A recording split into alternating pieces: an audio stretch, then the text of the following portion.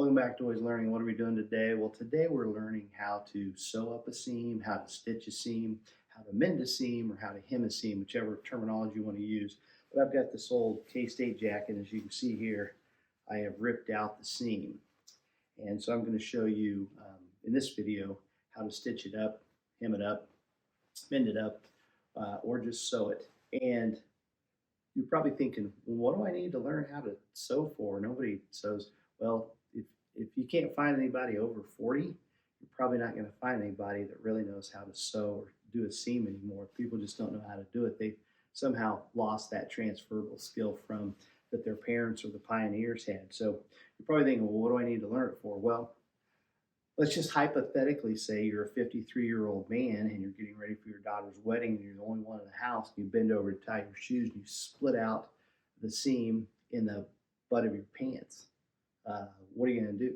Well, a lot of people would panic, but what I did was I just reached into my pocket and I pulled out, oh, if you're in the 80s, I'm going to get a punch in the shoulder the next time. No, I'm kidding.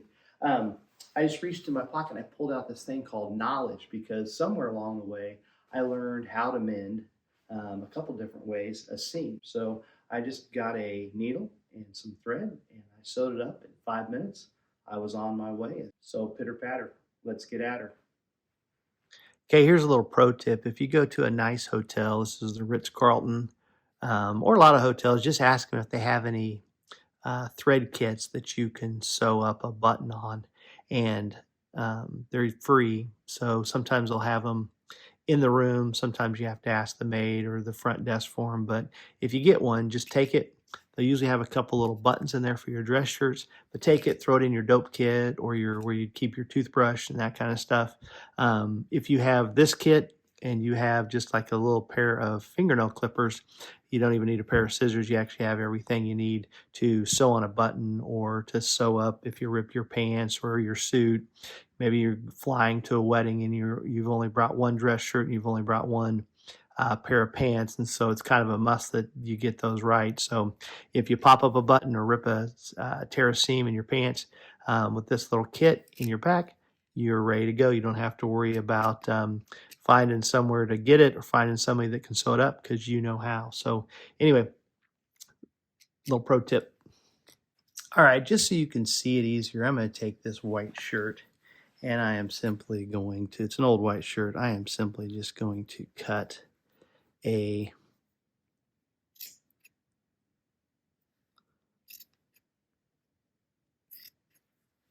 just going to cut a little gap in it, and then I'm going to slide this green board behind it so you can kind of see what is actually kind of going on. And I'm going to use black thread and try to make it as easy as possible for you to kind of see what is going on. So you can see here I've got the green gap behind it. So this is your tear, and you're going to sew it up. And like I said, there's 4 different stitches you can do. All right, so I've already got the thread loaded. This is just going to be a short. I'm not going to do the whole thing, but I've cut this hole or rip in this work shirt, this polo, and I've put green behind it so you can see it. I'm using black thread. Of course, you'd use white. And then I'm going to stitch it up here. And all you're going to do is you're going to come in kind of where this tear or rip kind of starts. And you're going to start right before it. And you're just going to, and like I said, this would be on the back side of a shirt if it was a seam. And so you would match up those tears or that seam as best you can. And you could pin it to make it simpler if you wanted to hold it in place. But you're going to bunch that up.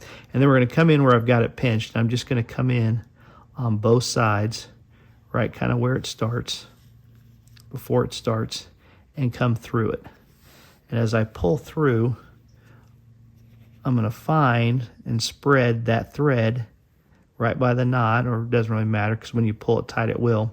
Hold that and pull it tight. And all I'm doing is I'm anchoring before I'm going to start stitching. And what I'm stitching today is called the whip stitch. And I'm going to go at this angle as I go up. I'm going to keep my stitching that way. So I'm simply going to go through both sides again, at an angle. You probably don't have to go an angle. It's just kind of how I was taught, or at least how I remember I was taught. So that's what I'm going to go with. And as you go, you're going to pull that thread. You're going to hold it. So let me get this tag out of the way. Okay, so you can see here I'm holding both loops, or it should be one kind of loop is around my finger. And then I'm simply going to come back over the top of that seam and through that hole, that loop, that whip that and then I'm going to pull it tight both ways. Okay, then same thing, I'm going to go through both of them at this angle. And you can keep it as tight as you want, you know, as far as the gap going up. Got that loop. Come back through. Cinch it this way. Cinch it this way.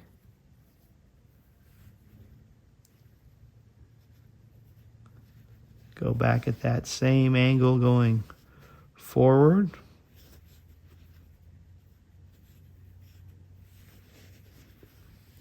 And this is on the back side of your seam. Pull it through. Pull it through.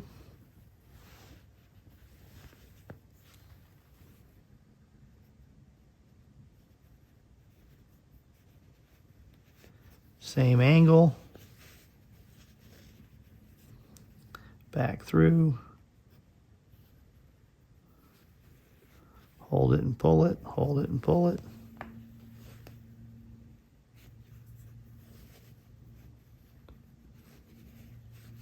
You don't have to do it that tight. It really just is personal preference. You want to start it tight, and then you can get a little wider as you go. But, you know, if you're going to see the stitching, then you'd want to keep it uniform. I just pulled that through, so I got to come back, pull that out a little bit.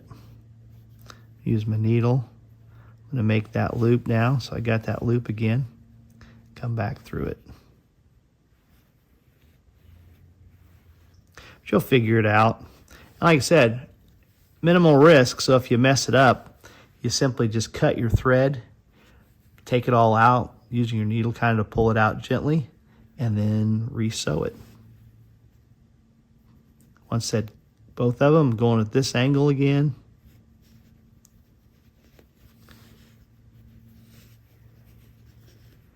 Find my loop, come back through it, stitch it, pull it. Then when you get to the end, you got a couple options. You could do like a whip finish where you're going to come through it a couple times and basically make like a constrictor knot upon itself, where you'd whip it twice. But you can also come through and cinch that down, and then you can go through, or you could cut this here and simply tie it like you would, like you were tying something down, where you're going to, just like you're almost like you're tying your shoe, you're going to make a knot.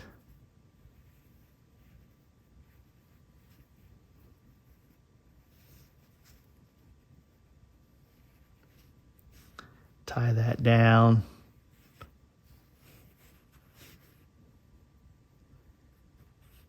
Go through, just simply tie that down again.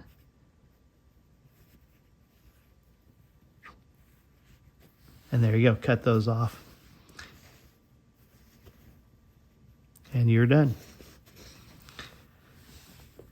Flip it around to the other side, the outside, and as you can see,